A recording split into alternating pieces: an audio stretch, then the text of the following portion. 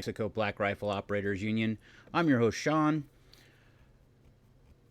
I had the fortune a year ago of going to Battlefield Las Vegas. Now, if you're not familiar with what Battlefield Las Vegas is, Battlefield Las Vegas is a mecca for 2A enthusiasts who want to shoot the actual weapons of war that the left says we always have and that we have such readily, easily access to. We don't. That means these are intact historical pieces. They also have video gamer gun types. They have package experiences. Check them out online. Now, after my father's passing, a good friend of mine and a listener decided that we needed to leave town, leave the area. And we went to Vegas because we like German food and we always go to the Hofbrauhaus. But it was an idea that last time, to drop by Battlefield Las Vegas. So why this podcast today, the title of this podcast is called Battlefield 2, is since we're going to Vegas again, you will be hearing this as I am traveling there. I am going to, one of the first stops we have is at Battlefield Las Vegas. And this time, I'm going to get to shoot an MP5. I have never shot one. I own the other two type of roller delays that I know exist in the HK realm. So this is a treat for me. I want to compare it to the MP40 I shot last time. And the only other gun I'm really kind of interested in is the STG-44.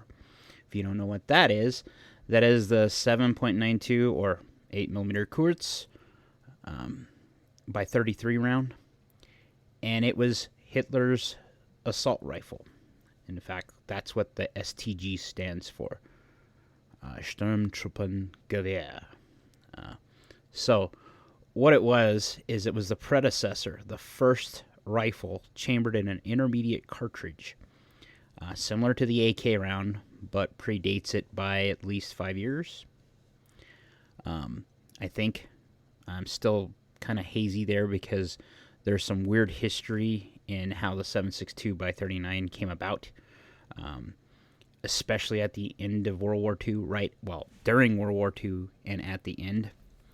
Anyway, it is a 33 round, I believe,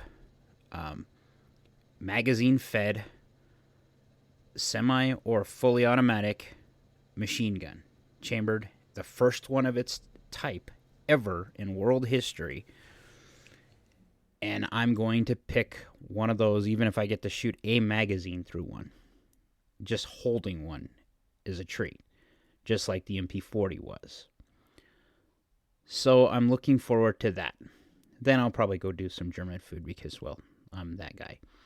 And I may get a couple beers or so while I'm there. I will post video for Friday's podcast from Battlefield Las Vegas. Hopefully you'll get some pictures of me and my cohort in crime when we're out doing that stuff, my buddy. And I don't mean in that special weird way. I mean my buddy. I have another one that I need to drag him along. I've got a couple of them actually. Need to drag with me to go to Vegas to do this because they're itching to do it too. But these trips are rarely planned.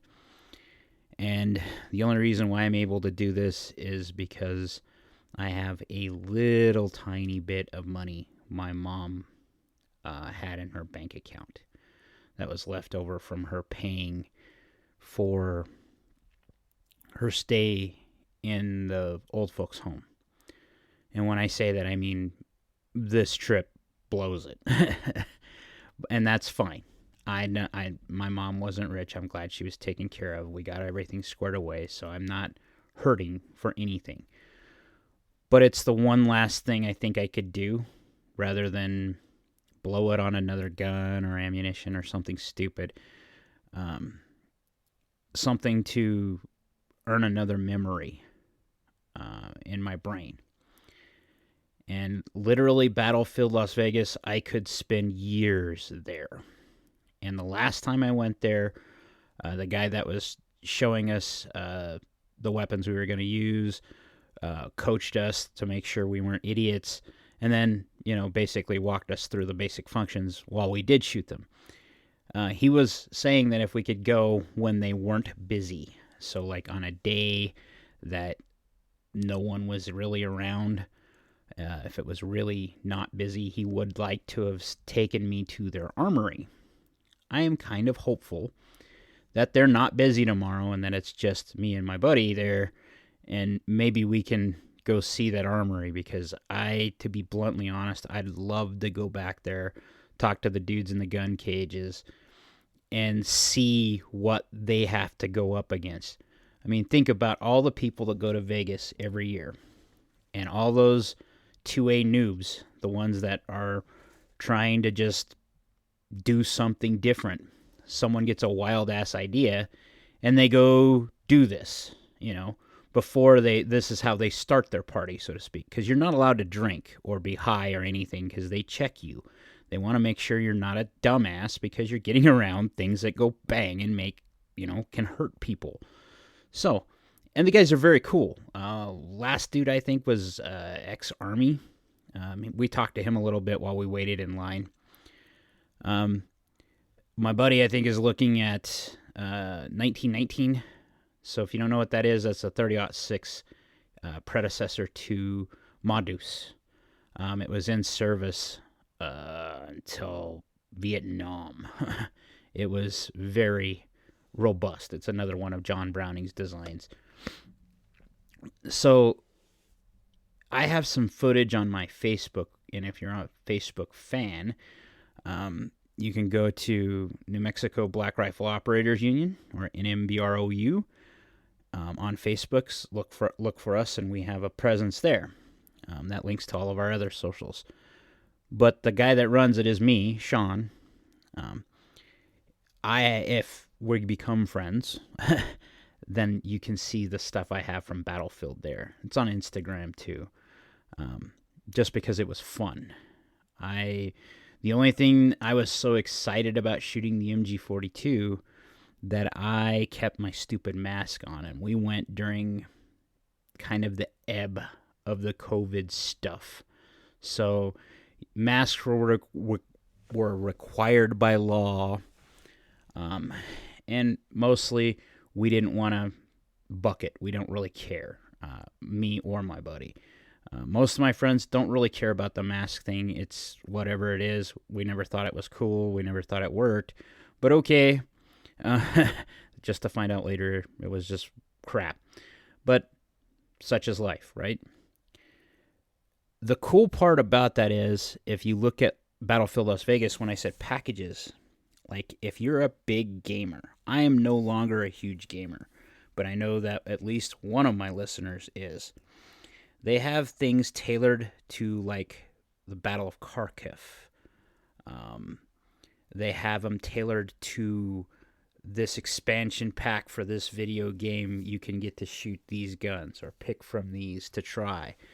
They have different setups to where you can pick a la carte. That's what I do, but that's because I'm looking for a specific thing. For instance, if I pick the American World War II soldier experience that they have an M1 Garand, a Thompson, an M1 carbine, and I believe a 1911. Well, I own 3 of those guns. I've shot all of those guns. It's not something I'm interested in. The quote unquote Nazi pack that they had for a Bundeswehr soldier I shouldn't say Bundeswehr, Wehrmacht soldier. Had an MP40, a K98. I own 3 of those examples, and a Luger. Okay, the only one that I would have got to shoot was the MP40 that I don't already own. So I have to be selective. Not everybody has an STG-44 for me to shoot. There weren't a lot of them brought back to the United States. These guns are still turning up in conflicts all over the place and still being used. That's amazing. The thing is, it's like unobtainium here. I heard of a story about 10 or 15 years ago. An old lady found an STG 44, which was a World War II bring back that her husband had gotten when he was there. Brought it back. It was a registered NFA item, meaning fully transferable. STG 44. She took it, being nice, charitable in her heart, to a gun buyback. And the place she took it to was a place that has to destroy all guns bought back. No questions asked.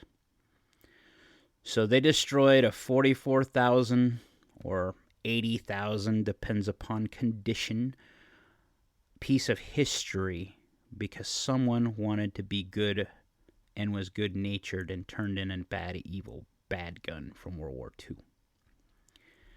That is a damn tragedy to me. And it's terrifying to me that we're raising our kids to be terrified of something that is part of their heritage. I'm not talking about Nazism as an ideology. It's abhorrent. But I mentioned the American soldier from World War II to experience what one of our guys did. Not two-way fun, because that wouldn't be fun, but to see kind of what they felt. Can you imagine being an 18-year-old kid and being handed one of these and said, go make a difference in this fight? That's the type of thing that has always hooked me to the 2A, and that's how my dad and my uncles and my brothers all brought us in. And when I say us, my family, how I brought my friends in, how I've raised my kids, is to show them the history that's there. Because there's a lesson in each one of these. There's a story. I've talked about the story of the gun in each thing we see. And that's why I could spend a lifetime, at least a year, in Battlefield Las Vegas going through the stuff they have. I intend to look on acceptance marks on it. I plan to do the one over to look over like Ian does on Forgotten Weapons. I'm not going to film all of that, but I want to see it firsthand myself because it's a piece of history. That's why I hold on to my M1 Garand. That's why I hold on to my Luger. These are, to me, are pieces tied to history that you can hold and actually experience what they were like to use it, what it was like to shoot it, to feel the recoil, to see how things have improved to where they are now. Like, share, subscribe, be great.